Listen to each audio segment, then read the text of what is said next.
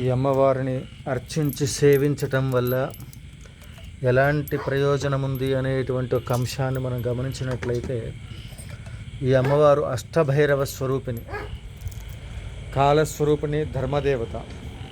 కష్టాలు కలిగినప్పుడు ఇక మనము తట్టుకోలేము, ఈ కష్టాల్లో నుండి మనము బయటికి రాలేము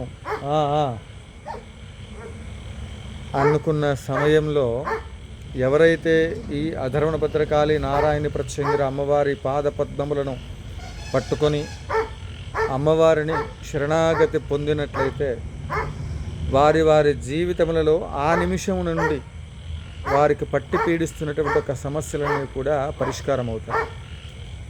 ముఖ్యంగా ధర్మం, న్యాయం ఇవన్నీ కూడా అమ్మవారికి చాలా ఇష్టం. ఆవిడ పేరు, మరొక పేరు న్యాయదేవత.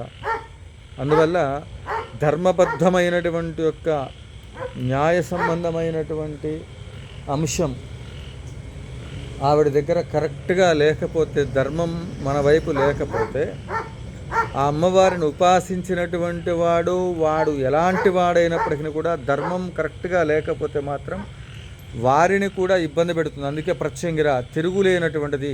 తిరిగి ఎవరైతే అమ్మవారిని పూజ చేస్తున్నారో, అంటే ఆ అమ్మవారిని పూజించటం అంటే సింహంతో చెలగాటమాడినట్టు.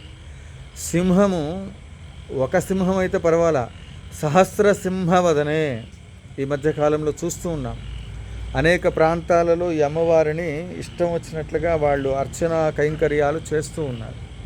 ఈ అమ్మవారిని పూజ చేయడం వల్ల వచ్చేటువంటి యొక్క ఫలితాలు, అది ఒకసారి అమ్మవారి నామస్మరణ చేసిన తర్వాత ఒక కృత్య అనేటువంటిది వస్తుంది. కృత్య అంటే మనము ఎవరినైనా ఏదైనా సహాయం అడిగినప్పుడు వాళ్ళు మన కోసం చేసేటువంటి యొక్క పనిని ఆ కృత్య అంటారు. అట్లనే దేవత ప్రత్యక్షంగా వచ్చి ఆ హోమం ద్వారా లేదా నామస్మరణ ద్వారా ఆవిడ వచ్చి మనకు కావలసినటువంటి ఒక కామ్యాలను సిద్ధింపజేస్తుంది.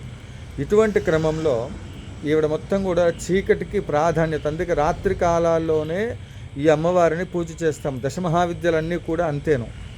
ఇక ఆవిడ శ్మశాన నివాసిని, ముఖ్యంగా శత్రుమాంస భక్షిణి. ఇక మరొక విషయం ఏంటంటే, శత్రు పశుపుత్ర వినాశిన్యే నమో నమః అని అష్టోత్తరం వస్తుంది. ఎవరు పడితే వాళ్ళు ఈ విధంగా ప్రత్యంగిర సంబంధమైనటువంటిది ఆ ప్రయోగాలు అనేటువంటిది సరైన పద్ధతిలో చేయకపోతే పరిస్థితులు చాలా తీవ్రంగా ఉంటాయి. అందువల్ల ఈ అమ్మవారిని ఉపాసించడానికి కొన్ని నియమాలు, శాస్త్రముల ద్వారా గురుముఖంగా మనం అభ్యాసం చేసి తద్వారా అత్యవసర పరిస్థితుల్లోనే ఈ యొక్క అమ్మవారిని అర్చించాలి. ఈ ముఖ్యంగా ఈ అమ్మవారిని ఆరాధించడం వల్ల ఏం జరుగుతుంది? ఆరోగ్యం వస్తుంది. ఫస్ట్ ఈ అమ్మవారిని ప్రప్రథమంగా ఇచ్చేటువంటిది ఏంటంటే ఆరోగ్యం. అది ఎలాంటి తీవ్రమైనటువంటి యొక్క వ్యాధులైనప్పటికీ కూడా సంపూర్ణంగా వాళ్ళకి ఆరోగ్య ఐశ్వర్యములను అన్నిటినీ కూడా ఇస్తుంది. ఒకటేమిటి, ఇక ఈ అమ్మవారిని మనము నేరుగా కాకుండా గురుముఖంగానే అర్చన చేయాలి. ఆ గురువులు కూడా నిర్దేశించినటువంటి ఒక నియమాలను అనుసరించి మాత్రమే చేయాలి. ఇప్పుడు ఉపదేశము లేకుండా ఈ మధ్యకాలంలో ప్రతి వాళ్ళు యూట్యూబ్ ద్వారా ఇతరత్ర మరి గురు సాంప్రదాయ భేదములు పెట్టుకొని కొన్ని రకాల ప్రయోగాలు చేస్తున్నటువంటివి నా దృష్టికి వచ్చాయి.